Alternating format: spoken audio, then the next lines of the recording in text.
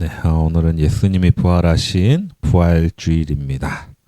사실 우리는 매 주일이 예수님의 부활을 기념하는 날입니다. 우리가 안식일인 토요일에 기념하는 것이 아니라 그 다음날 주일을 기념하는 이유는 그날이 예수님이 부활하신 날이시기 때문입니다. 초대교회 신앙의 선배들은 로마의 핍박을 피해서 카타콤이라고 부르는 지하 무덤에서 그곳에서 예수 그리스도의 부활을 매 주일마다 기념했습니다. 그래서 부활신앙은 그 로마 박해라는 사망 권세를 이기는 힘이 되었습니다. 오늘 교회력에 따른 본문은 예레미야 31장 말씀입니다. 보통 부활주일 성경 본문과는 다른데요. 진짜 올해 교회력 따라가는데 진짜 너무한 것 같아요. 부활주일인데 예레미야 31장 본문입니다. 오늘 말씀을 통해서 예수 그리스도의 부활의 의미를 깨닫는 시간 되시기를 바랍니다. 예레미야는 전체적으로 유다를 향한 하나님의 심판하심이 주된 내용입니다. 선지자가 나라가 망한다라고 선포하는 이유는 망하라고 선포하는 것은 아닙니다. 망하지 말라고 선포하는 건데요. 하지만 유다는 결국 예언대로 바벨론에 의해서 나라가 멸망하게 됩니다. 그리고 예레미야는 이 바벨론의 멸망을 본인이 예언하고 본인이 지켜보는 선지자가 되는 거죠. 뿐만 아니라 예레미야 스스로가 남이 듣기 싫어하는 말만 주로 하다 보니까 온갖 비난과 핍박을 받으면서 우울한 인생을 살아간 선지자였습니다. 그래서 예레미야서를 읽으시면 나라가 망한다라는 이야기와 본인의 고된 고생담과 우울한 독백들로 가득 차 있는 것이 예레미야서입니다. 그런데 그 가운데 아주 조금이지만 희망과 회복을 이야기하는 순간이 아주 조금 있습니다. 그게 오늘 읽은 본문이 포함된 예레미야 30장부터 33장까지의 부분인데요. 이것을 이제 성서학자들은 위로의 책이다 이렇게 별명을 붙였습니다. 오늘 본문은 그 위로의 책 가운데 나라 망한다고 우울해하고 하는 그 예레미야서 중에 유일하게 아주 희망적인 부분 중에 한 부분 31장을 읽도록 하겠습니다. 읽었습니다. 사실 이 본문, 이 위로의 책은 기본적으로 바벨론에 포로된 남유다의 회복을 예언했다기보다는 사실은 북이스라엘의 회복 그리고 남북이 통일될 것을 선포한 것이 주된 내용입니다. 이때의 시대적 배경은 요시야 왕 때인데요. 북이스라엘이 아시리아에 멸망한 100년쯤 지난 뒤였습니다. 요시야가 성전을 수리하다가 율법책을 발견하는데 이제 신명기를 발견하게 되는 거죠. 이 신명기를 읽고 여러 가지 개혁 정책을 펼치는데 이 요시야의 개혁 정책 중에 하나가 북이스라엘이 나와 같은 민족이다라는 것을 다시금 깨닫게 됩니다. 그리고 그때 마침 이제 아시리아가 점점 국력이 쇠퇴하던 시기였기 때문에 이때와 맞물러 북이스라엘을 회복하겠다라는 요시야의 꿈이 계획이 세워나는 거죠. 그리고 예레미야도 이 시기에 북이스라엘 회복과 남북 통일을 예언하는 게 되는데 이게 30장에서 33장까지의 내용, 예레미야서에 있는 위로의 책의 내용이 되겠습니다. 사실 예레미야는 북이스라엘의 관심이 아주 많습니다. 예레미야는 아나돗이라는 땅의 제사장 가문 출신인데요. 원래 이집트에서 탈출하고 광야에 있다가 가나안 땅에 들어왔을 때 이스라엘의 장막은 에브라임의 중심 도시 중에 하나인 실로에 있었습니다. 이 실로는 우리가 알다시피 엘리 제사장 가문이 섬겼었고요. 사무엘이 자랐던 곳이기도 합니다. 그런데 다윗 때의 주된 제사장, 대제사장 중에 한 명이 아비아달인데, 이 아비아달은 이 실로 출신의 엘리의 후손이거든요. 근데 다윗 말기에 어떤 일이 일어나냐면 아도니아가 반역을 일으키고 그 아도니아의 반역에 가담했던 게 군대 장관인 요압과 대제사장으로서 이 아비아달이 반역에 가담하게 됩니다. 그러다가 이 반란은 사실 다윗이 솔로몬을 후계자로 지명하면서 싱겁게 끝나게 되는데요. 솔로몬은 그리고 나서 이 반역자들을 처벌하는데 제사장은 참아 죽이지 못합니다. 제사장 아비아달은 참아 죽이지 못하고 유배를 보내는데 그 유배지가 아나돗이 됩니다. 그러니까 아나돗의 제사장들은 이 아비아달의 후손이고 이 엘리의 후손들이면서 이 북이스라엘의 출신의 뿌리가 북이스라엘에 있는 제사장이라는 것을 우리는 알 수가 있는 거죠. 에브라임의 정서적인 유대감을 갖고 있게 됩니다. 그렇기 때문에 예레미야는 아나댓 출신으로 에브라임의 회복, 북이스라엘의 회복에 관심을 많이 갖게 되는 거죠. 요시야가 북이스라엘의 영토를 회복하겠다는 북진 정책을 마음 먹자 예레미야는 적극적으로 이 요시야를 도와서 북이스라엘의 회복을 선포하게 됩니다. 근데 실제 역사에서는 이 요시야의 꿈은 이루어지지 않는 거죠. 요시야는 갑작스럽게 죽게 되고 통일은 물 건너가게 됩니다. 그리고 이 예레미야의 예언은 후대 바벨론 멸망 후에 포로가 된 유다인들이 자신들을 향한 새로운 희망의 메시지로 받아들이게 됩니다. 그래서 오늘 본문은 원래의 예레미야의 목적은 북이스라엘의 회복이었지만 바벨론 포로기의 유다인들은 자신들의 회복을 향한 예레미야의 메시지로 읽었다라고 이해하시면 되겠습니다. 성경 본문으로 들어가 보면 1절에 보면 하나님은 이스라엘과 다시 언약을 맺으시겠다 말씀하십니다. 그런데 하나님이 이스라엘과 언약을 처음으로 맺은 곳이 어디냐면 출애굽 때입니다. 이때 하나님은 이스라엘의 노예 생활을 하던 이스라엘을 광야로 부르시고 그리고 나서 시내산 아래 시내 광야에서 머무를 때 뭐라고 말씀하냐면 출애굽기 19장 5절에서 6절에서 너희는 모든 민족 중에 내 소유가 되겠고 제사장 나라 거룩한 백성이 되리라 이렇게 약속을 하십니다. 이것이 사실 이스라엘을 애굽에서 끄집어내서 광야로 부르시는 목적이 되는 거죠. 하나님의 백성이 되기 위해서 이들을 부르셨습니다. 그런데 오늘 1절 말씀을 보면 다시 이때로 되돌아가서 다시 언약을 맺는 것을 알 수가 있습니다. 한 가지 다른 점이 있다면 내가 이스라엘의 모든 종족의 하나님이 되고 그들은 내 백성이 될 것이다 라고 말씀하셨다는 거죠. 모든 종족의 하나님이 된다는 것은 남유다뿐만 아니라 북이스라엘까지 포함된 이 통일 조국의 새 언약을 이야기하는 겁니다.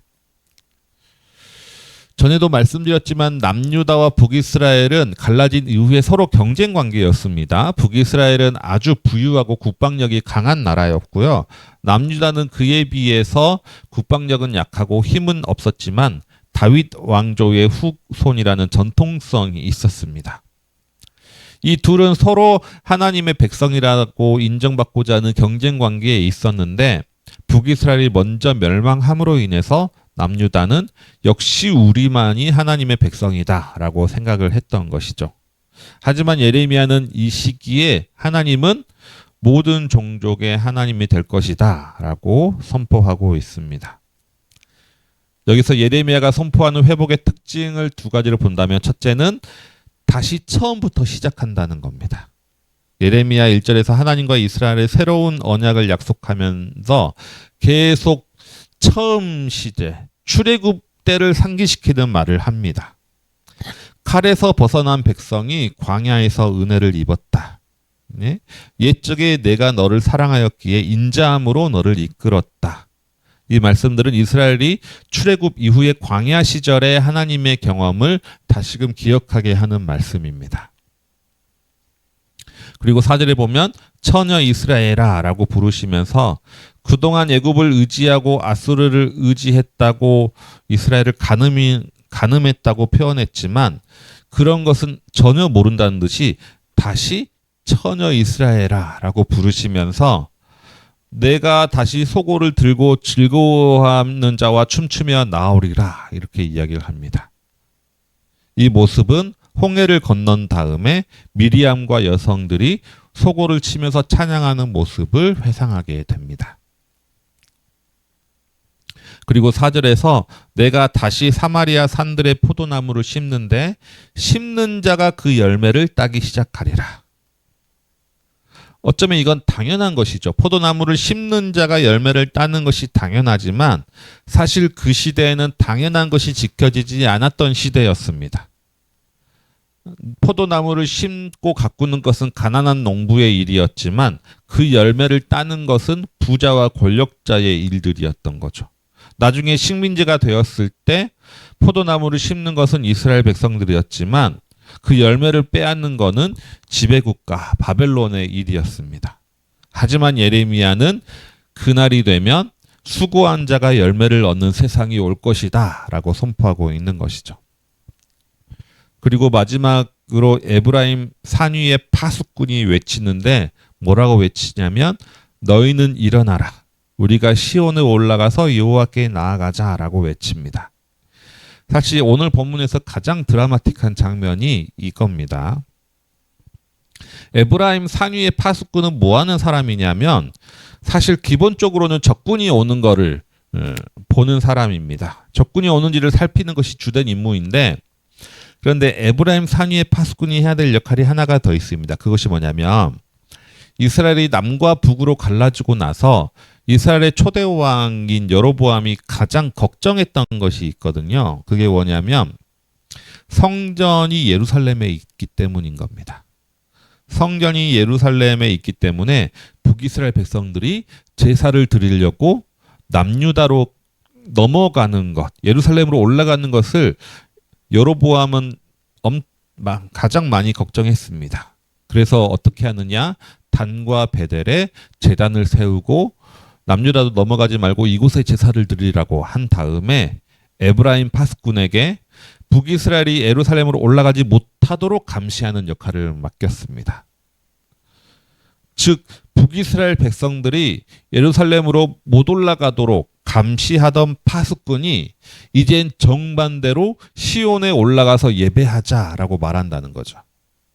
이게 가장 드라마틱한 변화와 회복을 이야기합니다. 남과 북을 구분하고 나누던 파수꾼의 역할이 이제 하나님 앞에 함께 모여서 예배하는 것을 독려하는 메신저가 된다는 겁니다. 이렇게 예레미야는 당시 갈라져 있던 남유다와 북이스라엘이 하나가 되고 다시 하나님의 백성이 될 것을 선포합니다. 그리고 수고한 자가 열매를 얻는 세상, 공의로운 나라가 될 것을 선포하게 되는 거죠.